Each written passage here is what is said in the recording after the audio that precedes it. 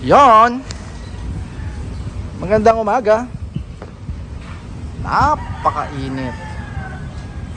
Wala man lang sa na konting ambon o konting ulap man lang natatakip sa atin. Morning, morning! Welcome back for another video. Meron tayong 2023 na Fortuner G. Yes. This is the base model of Fortuner na 2023. Actually ito yung ito na yung mga facelifted na series ng 2021, 22, 23 hanggang 24. Ganito pa rin naman ang itsura. Okay, so tingnan natin yung itsura niya. Ito yung parang actually G2 na masyadong binawasan na ni Toyota Philippines ng spec. Wala nang fog lamp, wala nang railing dun sa roof, wala ring ano ba yung previous G natin. May fog lamp, may roof rail eh. Ito wala oh. Tinanggal din yung mga mudguard. Yan. So masyadong tinipid na to ni Toyota Philippines. Well, siguro para na rin dun sa price increase niya, hindi masyadong tumaas. Okay, so hindi nga ganun tumaas ang presyo niya. Although syempre, nandun pa rin yung hindi mo pwedeng hindi tataas. Yun nga lang, limit yung taas niya dahil nagbawas naman kasi sa mga parts. Okay. Actually, hindi naman ganun kalalaki yung binawas na part. Yan, tulad nito, wala nang mudguard. Pero rear disc brake na rin. So, base model, then hindi na rin nila pinalitan. Hindi na rin nagkaroon ng facelift sa likod. Same pa din naman since G nga lang to. Kasi pag after ng G is V, doon na magkakaroon ng medyo malaki-laking diferensya. So, sa G, retain pa din yung stock ng series ng 2016 na taillight. Alright? Then ito, binalutan lang to. Alam ko, pintura lang to. Kaya naging matte gray or matte gray, yeah. Gray na medyo may basta may konting metallic. Then, ang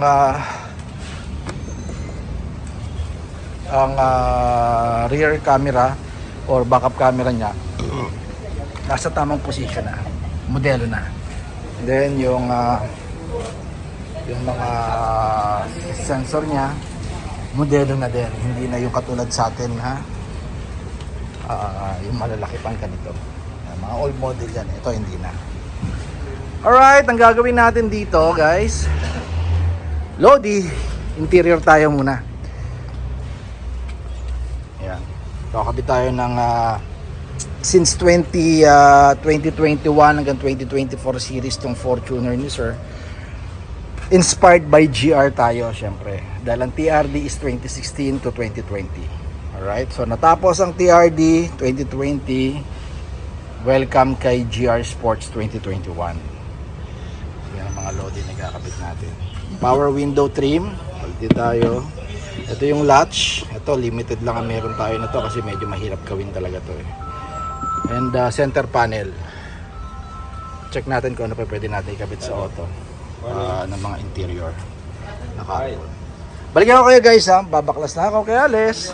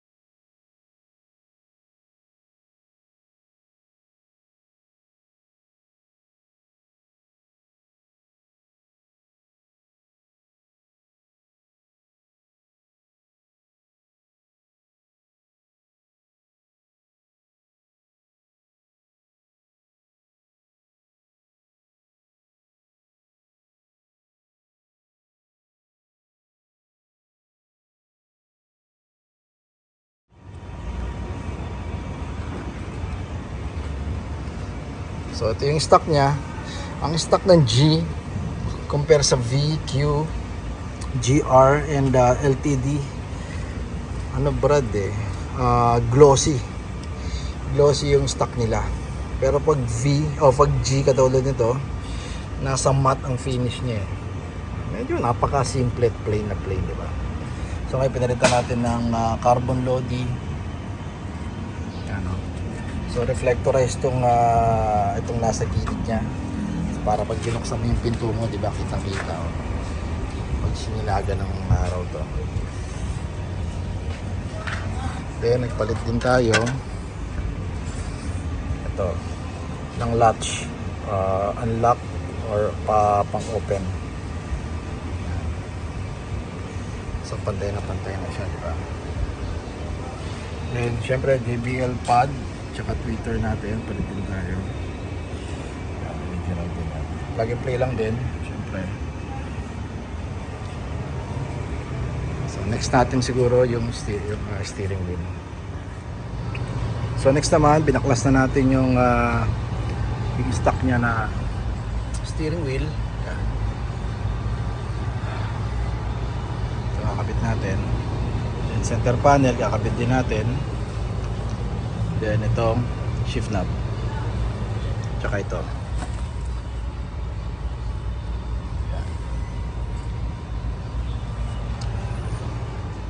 So nakabit na natin yung center panel, shift knob. Yan. Then itong multi-button trim. Yan. Hindi kasama kasi yan. Then nakabit din tayo dun sa kilay o dun sa aircon na trim niya. Yan. Nakabit na natin dito.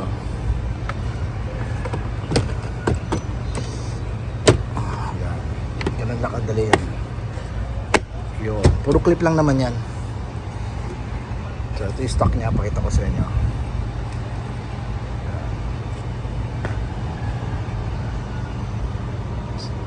So siguro next natin yung manibela.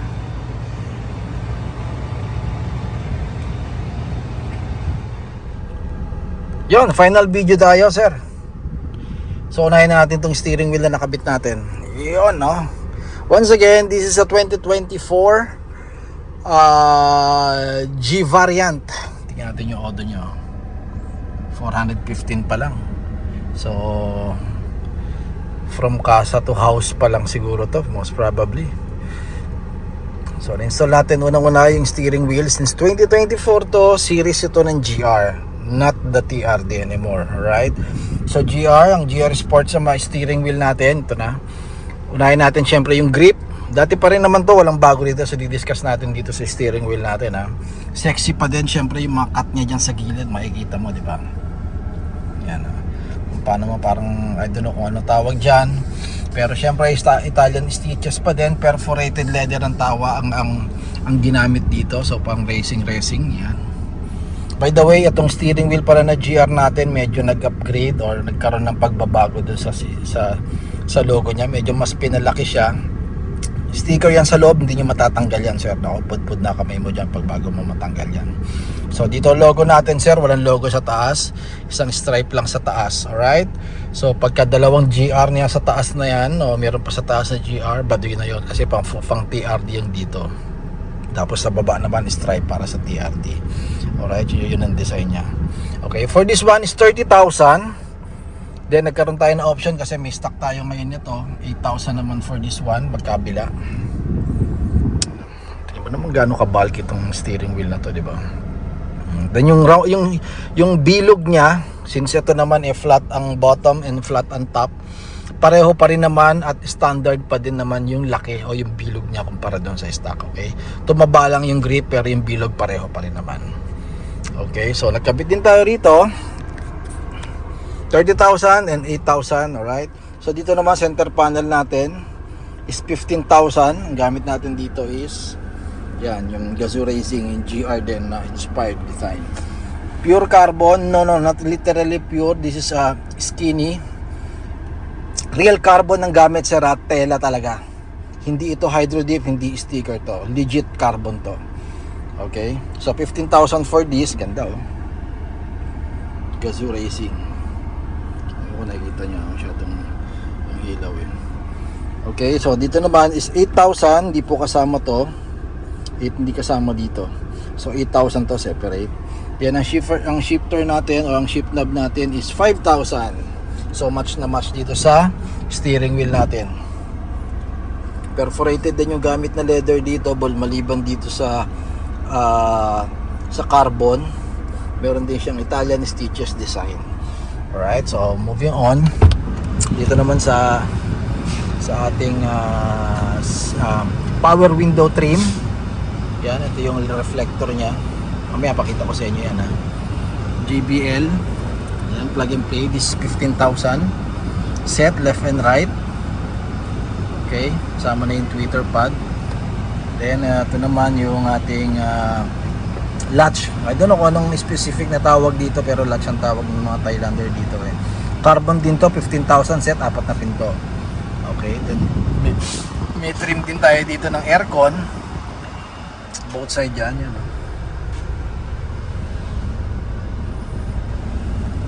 Carbon na rin. Alright, kaya na napakita ko na sa inyo yung stock nya, medyo boring yung itsura. Yan. So ngayon medyo magi-stand out to, medyo ang datingan mo nito, kahit pa paano naging sport yan dating. So pakita ko sa inyo yung bukas ka ng pinto. Yan, medyo nakikita to. Nagre-reflect yan. Dito lang dito sa likod. Yan yung mga bagong design na lumabas o pinaparating natin from Thailand na trim na power window. Okay, glossy ang pagkaka-finish niya. So real carbon yan ha. This one is 15,000 din. 4 na pinto rin yan. Yan. Ito 15,000. Ah shit, may Twitter pa pala. Yeah, 15,000. Okay, so lahat yan pasok at applicable sa Hilux Fortuner basta 2016 hanggang 2024 model. Yan, pasok yan ha. Pwedeng gamitin. So far may mga mangilan-gilan tayong parts na 2-3 parts na tatlong set na lang na available. Okay, so kaya visit lang kayo and like our page TRD Parts, and sa YouTube channel natin syempre TRD Parts din. And Viber tsaka WhatsApp meron tayo sir ha. Diyan sa upper right ng yung mga screen yung number natin ha. Kaya thank you kay Sir Mart ng Zamboanga City. Yeah. Pinadala rito yung driver niya kasama syempre yung sasakyan. So ibibiyahe ito ng Zamboanga, sasakay ng barko. Okay, so thank you sa support guys, and napakarami na natin ha. Nagpa-follow dun sa Facebook page natin in particular ha. Napa 36 na yata, 36,000, I'm not sure ha. Dati mga ilan lang yan. Okay, so Mike again here, TRD Parts. And once again, don't settle for anything less. Toyota, still the best. Thank you for watching, and have a good day, happy weekend. Bye bye.